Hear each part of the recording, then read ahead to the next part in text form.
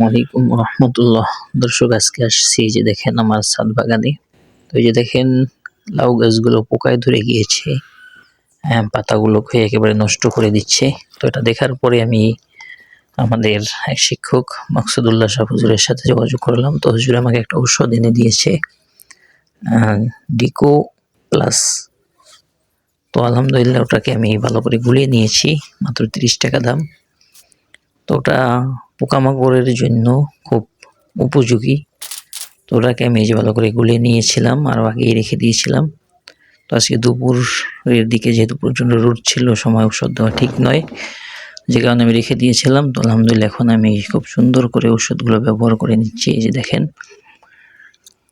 তো বিষয়টা হচ্ছে আলহামদুলিল্লাহ আমি ওষুধটা ব্যবহার করে দেখতেছি, আশা করছি খুব ফায়দাজনক হবে।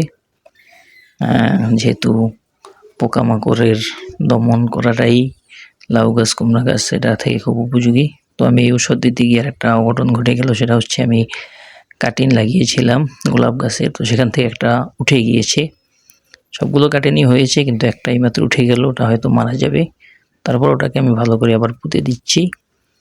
এরপরে ইনশাল্লাহ ওটা হলে হবে, না হলে তো আর কিছু নাই। 99%ই হবে না, যেহেতু একবার উঠে গিয়েছে। বাকিগুলো যথা জায়গায় ঠিক মতোই আছে। তো ঔষধ দিতে এসে আলহামদুলিল্লাহ আমি একটা আশ্চর্যজনক জিনিস দেখলাম, খুশির সংবাদ।